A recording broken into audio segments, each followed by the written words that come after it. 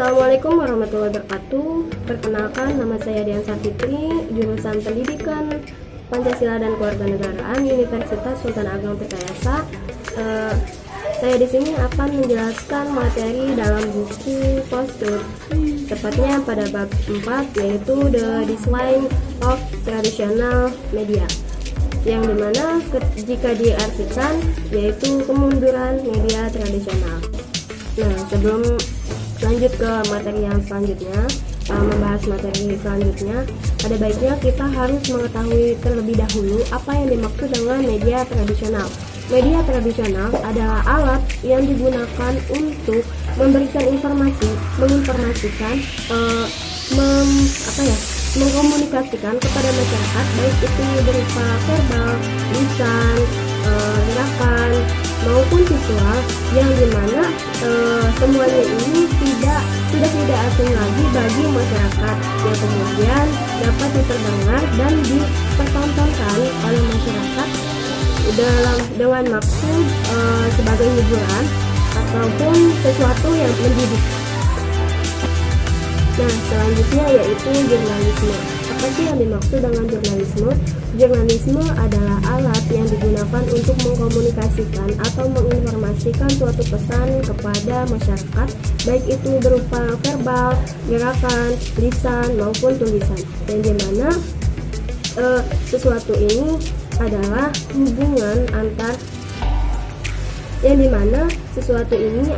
hubungan yang terjadi di masyarakat. Sudah tidak menjadi rahasia lagi jika struktur informasi menyajikan berupa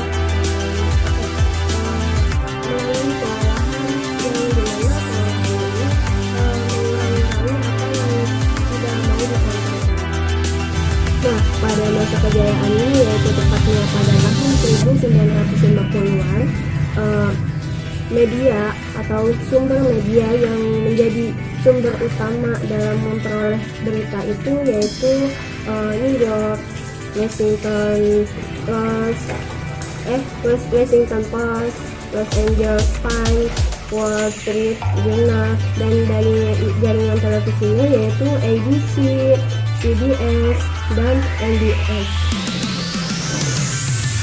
Kemudian sekitar tahun 1950-an sampai 1960-an terjadi namanya persaingan berita acara yang kemudian menimbulkan atau menyebabkan perusahaan-perusahaan berita kecil pada gulung tikar. Pada tahun 1950-an ini rata-rata sirkulasi harian yang dibayar untuk surat kabar ini mencapai 53,8 juta, yang setara dengan 123,6% kepala rumah tangga atau kepala keluarga. Nah, kemudian pada tahun 2010 mengalami penurunan, yaitu sekitar 43,3 juta, yang setara dengan 36,7 total keluarga. Pada masa keemasannya yaitu tetap pada tahun 1970-an, yang dimana kemudian pada masa kejayaan itu terjadi krisis sandera Iran. Kemudian timbullah acara televisi yaitu tentang pertunjukan malam, yang dimana itu merupakan hiburan yang menarik minat para penonton dibandingkan minat terhadap berita. Kemudian CBS yang tetap menayangkan acara berita ini merasa terkalahkan oleh NBC. NBC ini yaitu pertunjukan malam sebagai hiburan itu ya. Nah, di samping perasaan mengalahnya NBC terhadap di samping terjadinya pengalahan terhadap CBS, kemudian ABC, berita acara baru, terus bergerak mengupayakan berita supaya berita ini tetap diterima oleh masyarakat dan tetap menarik minat masyarakat.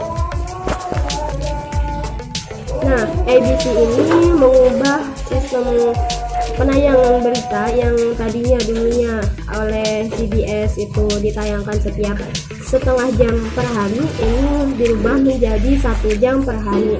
Nah, kemudian ini nih tidak bertahan lama, tetap terkalahkan oleh media hiburan yang basisnya itu komedian. Nah, kemudian sekitar tahun 1980-an muncullah CNN. CNN ini terus menayangkan berita, kemudian tumbuh. Nah, cukup menarik perhatian publik. Kemudian tidak lama kemudian muncul juga 2 acara berita, yaitu MSNBC dan Fox News, yang dimana keduanya ini berbeda ya. MSNBC ini tidak didukung oleh media partisan, sedangkan Fox News itu didukung oleh media partisan, sehingga dalam penyajian berita oleh Fox News ini terjadi yang namanya penyimpangan berita, yaitu kalau sekarang disebut dengan berita hoax ya. Nah, ternyata adanya Fox News ini Ted Koppel, salah satu wartawan di Amerika, menentang keras, dan dimana beliau menyatakan bahwa berita yang disebarkan oleh Fox News ini adalah berita kebohongan, yaitu berita palsu, yang dimana berita palsu ini atas dukungan media partisan. Sedangkan beliau menganggap bahwasannya media partisan ini sangat berbahaya bagi demokrasi negara. Nah, kemudian setelah terpilihnya Trump sebagai presiden Amerika, Fox memiliki kesempatan untuk mengasah kemampuannya dalam hal berita. Kemudian dia lebih memfokuskan diri terhadap acara berita Fox News. Nah, kemudian dalam hasil survei yang dilakukan pada tahun 2014 menunjukkan bahwa ketika orang-orang Amerika ditanya mengenai berita mana yang lebih dipercaya oleh mereka, yaitu sangat bervariasi. Jadi mereka beranggapannya itu beda-beda. Dari hasil survei tersebut menunjukkan bahwasannya yang menempati nomor 1 media berita itu yaitu Fox News dengan persentase 44%. Dan yang kedua itu televisi publik, dan yang ketiga baru CNN dan seterusnya. Kemudian semakin hari media juga ikut berkembang. Dengan seiring berkembangnya zaman, media juga ikut berkembang ya teman-teman. Kemudian media ini diberikan izin penayangan secara real time, yaitu waktu yang sama terhadap kejadian. Jadi kejadian ini terjadinya sekarang diberitakan sekarang juga. Nah, dengan adanya real time ini ternyata masih ada saja penayangan berita yang palsu. Masih ada saja berita yang melalui proses pengurang-urangan demi menutupi sesuatu yang harus ditutupi. Padahal semua fakta dalam berita itu harus disampaikan. Nah, dengan adanya berita yang semakin berkembang, kemudian para aktor politik pun ikut terjun, ikut berbaur kepada media berita, sehingga hal ini menyebabkan semakin banyak yang ditutup-tutupi, terutama di dalam urusan pemerintahan.